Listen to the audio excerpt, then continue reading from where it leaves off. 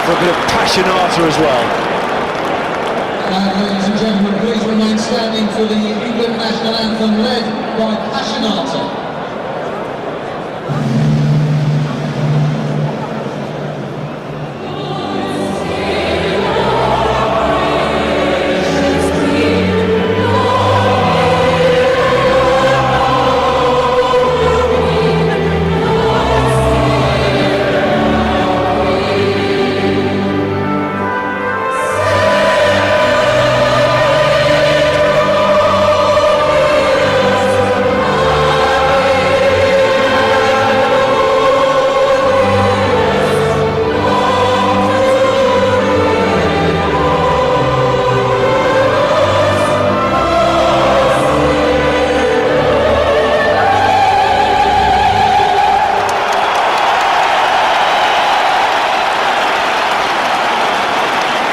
South Africa going for their 6th win in a row against England, that after a run of 7 straight defeats.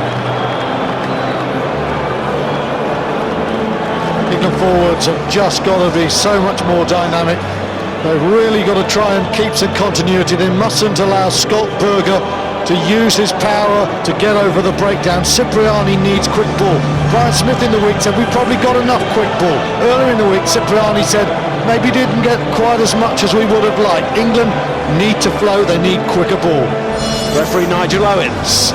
England unhappy with the handling of the scrum last week. South Africa unhappy with the refereeing at the breakdown on this tour. Over to you, Mr. Owens. For this Investec Challenge, take 3. England looking for that big name prize. The world champions, that prize today. Now England will be hoping that Cipriani's kick-off is a good kick-off. Some loose ones last week. What they need is a dynamic, forward-based start to the game. Front foot from the first kick.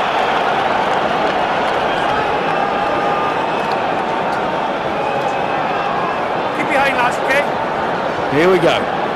Ready? Get behind the line. Oh, and Cipriani tries the grubber. Hands away, White! Turn over now. On his feet, Dave. Interesting thought.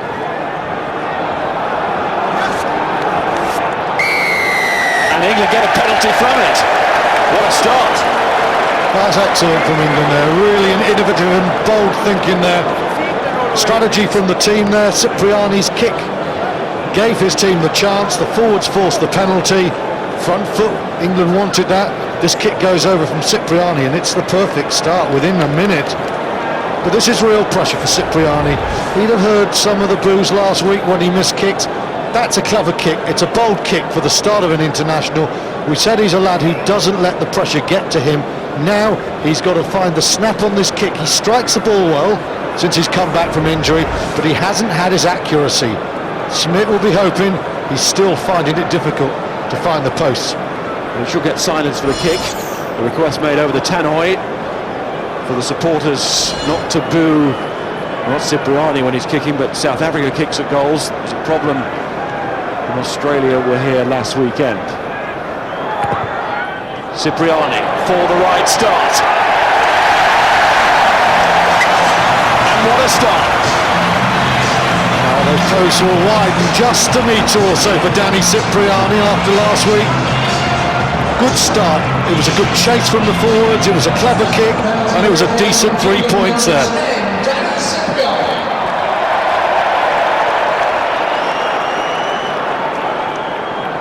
Restart to be taken by fullback Conrad Junches.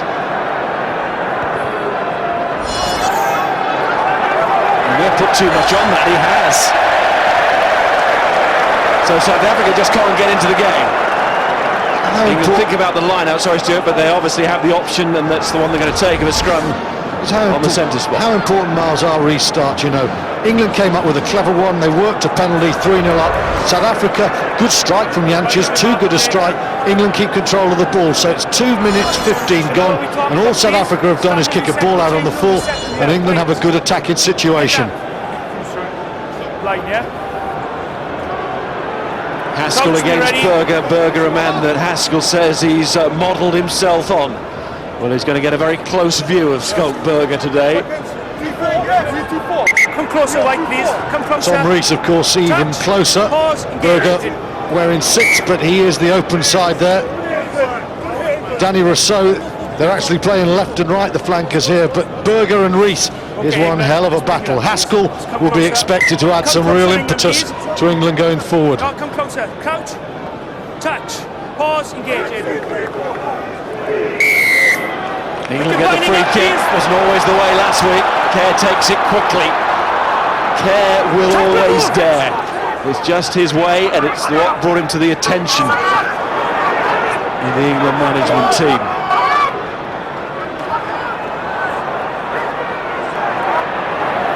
Charge there from Easton Mears involved as well. Cipriani, Flutie, Monya, Armitage and Saki chasing. In fact, the whole of the back three there to put pressure on. That looked very hungry. Slight disappointment for Monya there that ball found its way into touch. But this is a good carry from Nick Easton. The gain line's so important, and you can see him knocking Yanni du Plessis backwards there, and that's good leg drive there, and reasonably quick ball for England. Mears in very quickly with Vickery. That's a good shape to that drive from the England forwards. What a day for Lee Mears up against John Smith. Stay where you are. And Smith throws in, and throws in well. A couple of years ago here at Twickenham, became South Africa's most capped captain. Backwards. Was capped forward today. There's the England back three again. Monya. Stay on your feet. Rock. He's shown himself to be very powerful as well as quick, Monya, in his international appearances so far. 12, come back. It's his third cap. And he's certainly one not to be left out in the cold. England need to involve Monya. There's a nasty collision. The one that works out for South Africa as England get penalised by Nigel Owens. Well, this is what a lot of coaches are worried about with the interpretation of the breakdown. That if you play too much in your own half, referees will penalise teams for not releasing. Gary Gold said, the South African forwards coach, it's not the referee, it's the interpretation of the breakdown that worries him. And here it's England pinged as Phil Vickery goes off the feet, not releasing also from Palmer. But the not releasing is sometimes deceptive, because it really does depend upon what support is there. If there's no support in the right position, invariably the ball carrier will be pinged for holding on. I know what Gary Gold was saying, but South Africa didn't look too happy with the referee last week. Certainly Skulkberger. Here's Pienaar. Pressure on his kicking as well. Being introduced to this fly half role, the role that he used to play at under 21 level. But not at this level until this tour.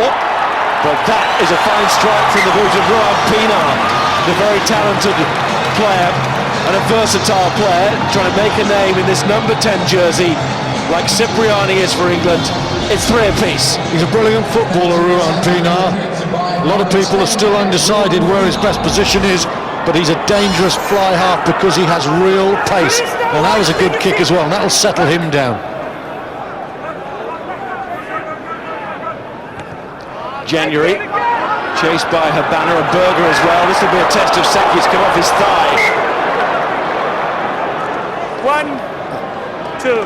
First Hand up there from Paul Saki. Should have taken that. Ricky January will be encouraged. He'll put some more box kicks there. It's a very good kick because Brian Habana is so fast. He is able to cover so much ground. January can put 30 metres on that, and Habana gets there.